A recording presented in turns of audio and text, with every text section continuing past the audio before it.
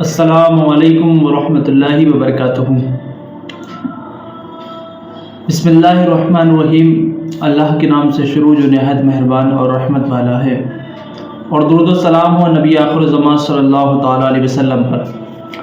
ناظرین کرام، درس عقائد کے آج اس 5ویں پروگرام کے اندر ہم جس موضوع کو ڈسکس کریں گے وہ ہے عالم برزخ۔ یعنی انسان جب مر جاتا ہے، مرنے کے بعد اس کی روحیں جس عالم میں رہتی ہیں اس عالم کو عالم برزخ کہتے ہیں۔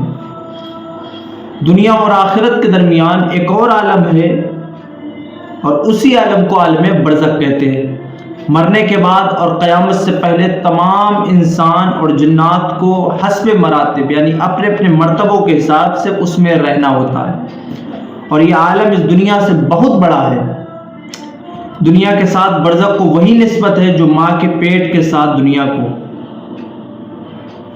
برزخ میں کسی کو آرام ہے اور کسی کو تکلیف ہے، یعنی جو نیک کام کرتا ہے اس کو عالم برزخ میں آرام ہے، اور جو اپنی زندگی غلط کاموں میں گزارتا ہے اسے برزخ میں تکلیف ہے۔ یہ بھی ایک ایسا موضوع ہے کہ جس کے حوالے سے ہمارے ذہنوں میں طرح طرح کے وسوسے اور طرح طرح کے سوالات پیدا ہوتے ہیں، تو ضرورت ہماری یہ بن جاتی ہے کہ ہم ان تمام مسائل کو بھی سیکھیں اور یہ بھی جانیں کہ عالم برزخ کے کیا مسائل ہیں۔ اور طرح طرح کے لوگوں کے ذہن میں سوال آتے ہیں عالم برزخ کے حوالے سے اور روحوں کے حوالے سے، کہ انسان جب مر جاتا ہے تو اس کی روح کہاں رہتی ہے، کوئی کچھ کہتا ہے کوئی کچھ کہتا ہے، یہاں تک کہ بسا اوقات لوگوں کے اندر یہ تک عقائد آ جاتے ہیں، یہ تک نظریے ہو جاتے ہیں کہ ایک دوسرے کی روح، کسی مرنے والے کی روح دوسرے کے جسم میں سما جائے۔ یہ تمام تر باتوں کو آج ہم کتاب و سنت کی روشنی میں انشاءاللہ ان تمام باتوں سے آپ کو آشنا کرائیں گے۔ تو آئیے پہلا اس کا پوائنٹ نمبر پہلا کیا ہے میں بتاتا ہوں آپ کو۔ نمبر 1، ہر شخص کو جتنی زندگی مقرر ہے اس میں نہ زیادتی ہو سکتی ہے نہ کمی۔ جب زندگی کا وقت پورا ہو جاتا ہے اس وقت حضرت عزرائیل علیہ السلام قبض روح کے لیے آتے ہیں۔ یعنی جتنی بھی انسان کی زندگی مقرر ہے اس میں نہ کمی کی جائے گی نہ اس میں زیادتی کی جائے گی، اور جیسے ہی وہ زندگی کا وقت پورا ہوتا ہے تو ایک فرشتہ جس کو اللہ نے روح قبض کرنے کے لیے لگایا ہوا ہے، جن کا نام عزرائیل علیہ السلام، وہ آتے ہیں اور انسان کی روح قبض کرتے ہیں۔ اور اس شخص کے دائیں بائیں جہاں تک نگاہ کام کرتی ہے فرشتے دکھائی دیتے ہیں۔ مسلمان کے آس پاس رحمت کے فرشتے ہوتے ہیں اور کافر کے دائیں بائیں عذاب کے۔ یعنی جس شخص کی روح قبض کی جاتی ہے وہ اس کی کیفیت یہ ہوتی ہے کہ وہ جہاں تک اس کی نگاہ کام کرتی ہے وہاں تک اسے فرشتے دکھائی دیتے ہیں۔ مسلمان مومن شخص اگر ہوگا تو اس کے لیے رحمت کے فرشتے ہوتے ہیں، اور جو کافر ہوگا اس کے لیے عذاب کے فرشتے ہوتے ہیں۔ اس وقت ہر شخص پر اسلام کی حقانیت آفتاب سے زیادہ روشن ہو جاتی ہے۔ یعنی اسلام کا حق ہونا، اسلام کی تمام تر باتوں کا حق ہونا، اسلام کی حقانیت انسان کے اوپر واضح ہو جاتی ہے، کھل جاتی ہے، سامنے ہوتی ہے۔ مگر اس وقت اگر کوئی شخص یہ سوچے کہ ہم ایمان لے آئے، اس وقت کا ایمان معتبر نہیں ہے۔ یعنی اگر اس وقت کوئی چاہے کہ ہم کلمہ پڑھ کر کے مسلمان ہو جائے تو اس وقت کا ایمان معتبر نہیں ہے، اس لیے کہ حکم ایمان بالغیب کا ہے، یعنی غیب پر ایمان لانا ضروری ہے۔ اور اب غیب نہ رہا، یعنی تمام تر باتیں تو کھل کر کے سامنے آ گئی، بلکہ یہ چیز اب تو تمام تر چیزیں آپ کے سامنے کھل کے آ گئی، اس وقت ایمان لانے کا کوئی فائدہ نہیں، اس وقت کا ایمان معتبر نہیں ہے، غیب کا ایمان معتبر ہے۔ نمبر 2، مرنے کے بعد بھی روح کا تعلق بدن انسان کے ساتھ باقی رہتا ہے۔ بسا اوقات لوگ یہ سمجھتے ہیں کہ انسان کے جسم سے جیسے ہی روح جدا ہوئی تو اب جسم الگ ہو گیا، روح الگ ہو گئی، جسم سے روح کا کوئی تعلق نہیں۔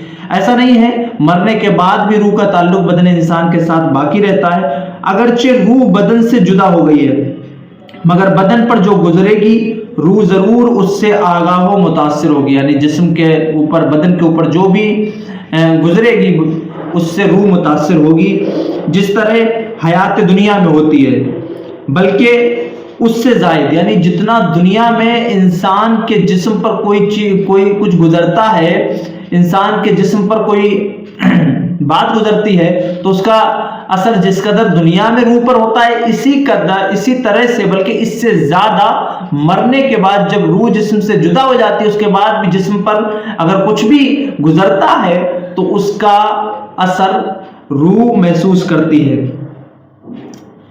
دنیا میں ٹھنڈا پانی، سرد ہوا، نرم فرش، لذیذ کھانا، سب باتیں جسم پر وارد ہوتی ہیں، مگر راحت و لذت روح کو پہنچتی ہے، اور ان کے عکس بھی جسم ہی پر وارد ہوتے ہیں، اور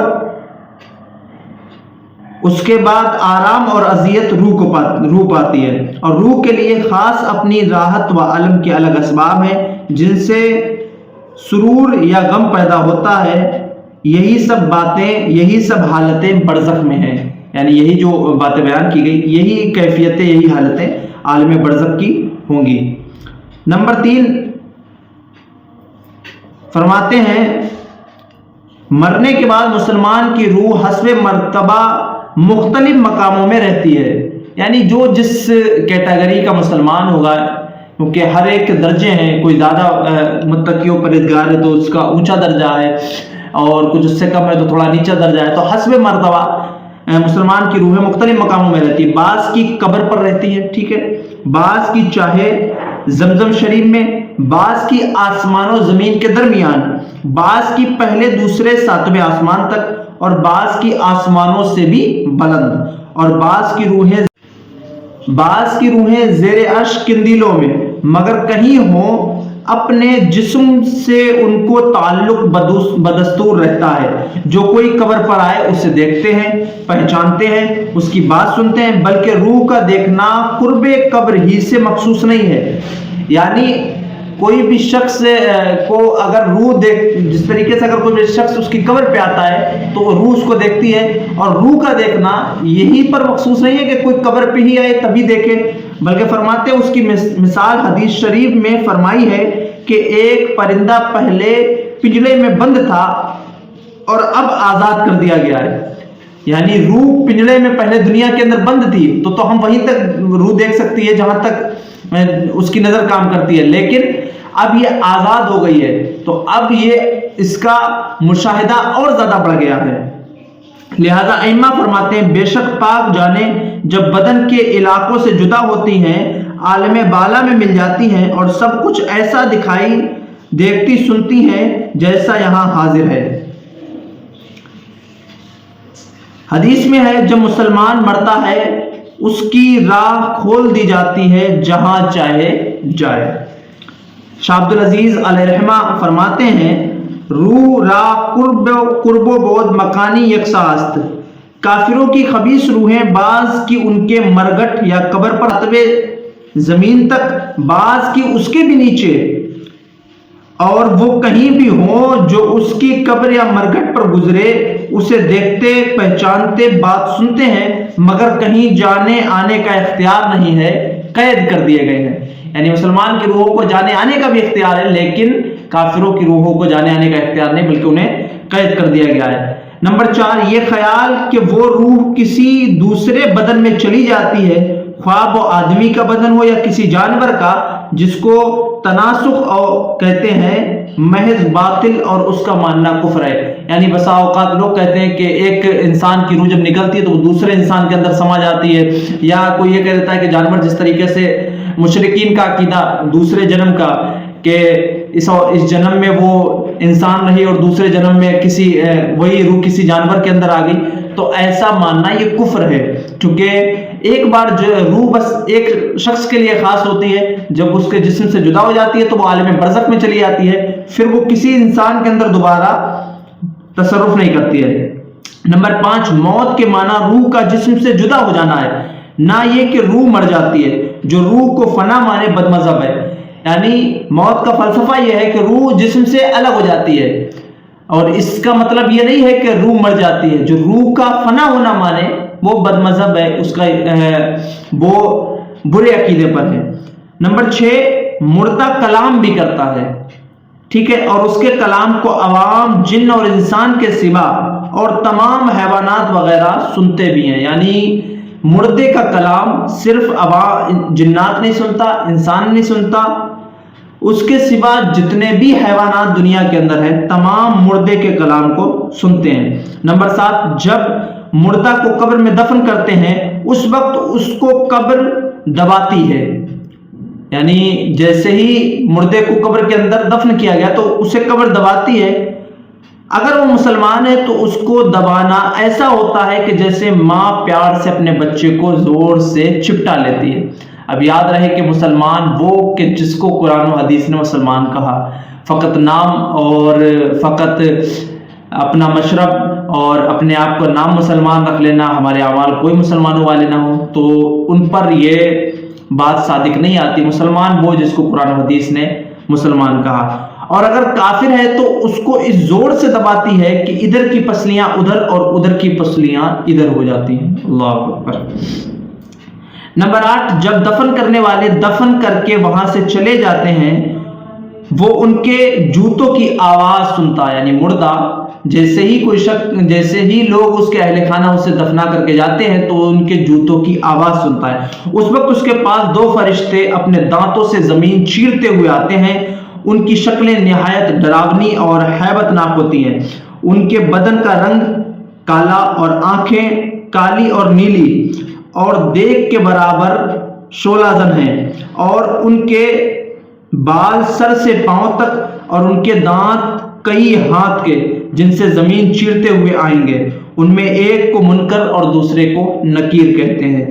مردے کو جھنجھوڑتے اور جھٹک کر اٹھاتے ہیں اور نہایت سختی کے ساتھ آواز میں سوال کرتے ہیں۔ پہلا سوال ہوتا ہے من ربک، تیرا رب کون ہے؟ دوسرا سوال ہوتا ہے ما دینک، تیرا دین کیا ہے؟ اور تیسرا سوال ہوتا ہے ما کنت تقول فی ھذا الرجل، ان کے بارے میں تو کیا کہتا تھا، یعنی حضور اکرم صلی اللہ تعالی علیہ وسلم کے بارے میں۔ اگر وہ شخص مسلمان ہے تو اس کا جواب دے گا ربی اللہ، میرا رب اللہ ہے، میرا دین اسلام ہے۔ اور جو اس سے تیسرا سوال ہوگا کہ اس شخص کے بارے میں تو کیا کہتا تھا، تو فرمائے گا هو رسول اللہ صلی اللہ علیہ وسلم، وہ تو رسول اللہ صلی اللہ تعالی علیہ وسلم ہے۔ وہ کہیں گے تجھے کس نے بتایا؟ کہے گا میں نے اللہ تعالیٰ کی کتاب پڑھی، اس پر ایمان لایا اور تصدیق کی۔ روایتوں میں آیا ہے، بعض کتابوں میں آیا ہے کہ سوال کا جواب پا کر کے کہیں گے کہ ہمیں تو معلوم تھا کہ تو یہی کہے گا۔ اس وقت آسمان سے ایک منادی یعنی آواز دینے والا ندا دے گا کہ میرے بندے نے سچ کہا، اس کے لیے جنت کا بچھونا بچھاؤ اور جنت کا لباس پہناؤ اور اس کے لیے جنت کی طرف ایک دروازہ کھولو۔ جنت کی نسیم اور خوشبو اس کے پاس آتی رہے گی اور جہاں تک نگاہ پھیلے گی وہاں تک اس کی قبر کشادہ یعنی چوڑی کر دی جائے گی، اور اس سے کہا جائے گا کہ تو سو جا جیسے دولہا سوتا ہے۔ یہ مومن کے بارے میں ہے، یہ خواص کے لیے عموماً ہے اور عوام میں ان کے لیے جن کو وہ چاہے، ورنہ وسعت قبر حسب مرتبہ مختلف ہے، بعض کے لیے 70 ہاتھ لمبی چوڑی، بعض کے لیے جتنی وہ چاہیں زیادہ، حتیٰ کہ جہاں تک نگاہ پہنچے۔